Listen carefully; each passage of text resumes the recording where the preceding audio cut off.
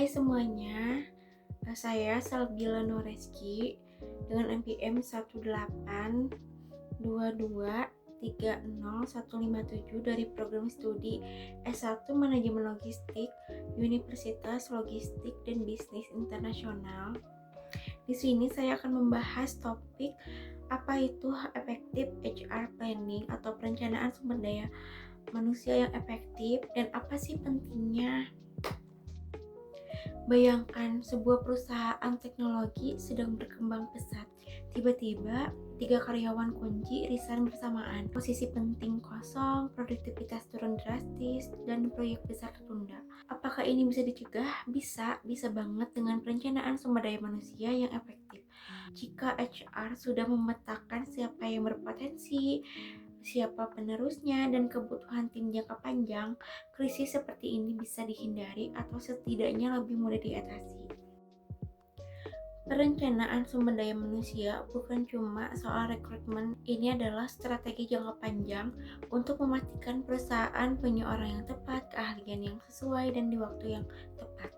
Kenapa sih penting? Karena kesalahan dalam jumlah atau kualitas tenaga kerja bisa menyebabkan biaya tinggi, proyek gagal, atau kehilangan peluang yang besar.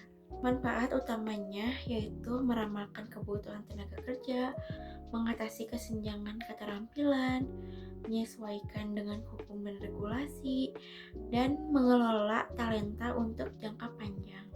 Dalam perencanaan sumber daya manusia terdapat 2 peran besar, yaitu menyelaraskan sumber daya manusia dengan strategi bisnis, artinya tenaga kerja jadi bagian aktif dari pencapaian visi organisasi. Meningkatkan efisiensi dan adaptasi. Dengan peta SDM yang jelas, perusahaan bisa merespon perubahan lebih cepat. Terdapat beberapa komponen dalam perencanaan sumber daya manusia supaya efektif, meliputi analisis tenaga kerja saat ini, siapa yang kita miliki, dan apa kekuatannya. Prediksi kebutuhan ke depan berdasarkan rencana ekspansi teknologi atau tren pasar.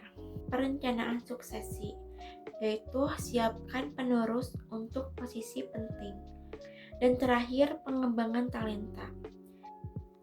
Latih dan kembangkan SDM internal untuk siap promosi. Di dalam proses perencanaan SDM, terdapat beberapa langkah sederhana tapi krusial, yaitu analisis tenaga kerja sekarang, prediksi kebutuhan tenaga kerja masa depan, identifikasi kesenjangan keterampilan, komunikasikan rencana secara terbuka, terakhir, evaluasi dan perbaiki secara berkala. Misalnya, jika suatu perusahaan ingin membuka cabang baru dalam waktu 6 bulan, tapi tidak mempunyai data tentang kompetensi tim sekarang, apa sih resiko yang mungkin terjadi? Resiko yang mungkin terjadi yaitu bisa salah rekrut, overstaffing, atau underqualified. Langkah pertama yang harus diambil adalah melakukan audit kompetensi untuk tahu siapa yang bisa ditugaskan atau butuh pelatihan. Terdapat beberapa tantangan dalam proses perencanaan sumber daya manusia, yaitu ekonomi tidak stabil, teknologi berubah cepat, resistensi internal, sumber daya terbatas. Contohnya saat pandemi kemarin, banyak perusahaan kewalahan karena belum siap dengan sistem kerja hybrid atau remote. Jika ada perencanaan sumber daya manusia yang fleksibel sebelumnya, penyesuaian bisa lebih cepat.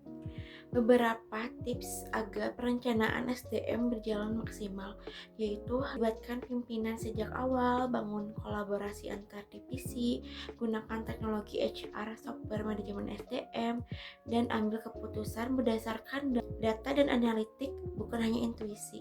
Misalnya, jika kamu bekerja di startup yang sedang tumbuh cepat, tapi turnover sangat tinggi, apa sih yang harus dilakukan? Hanya rekrut lagi atau ada pendekatan lainnya? Solusi dari permasalahan itu yaitu jangan langsung rekrut ulang. Evaluasi dulu kenapa turnover tinggi, apakah karena beban kerja, kurang pengembangan karir, atau budaya kerja. Lalu perbaiki perencanaan SDM dari hulu dan strategi retensi jangka panjang. Jadi, efektif HR planning itu tentang kesadaran strategis bahwa manusia adalah aset bukan sekedar tenaga kerja. Dengan SDM yang direncanakan dengan baik, perusahaan akan lebih adaptif, kompetitif, dan siap menghadapi masa depan. Sekian pembahasan dari saya. Mohon maaf bila ada kesalahan. Terima kasih.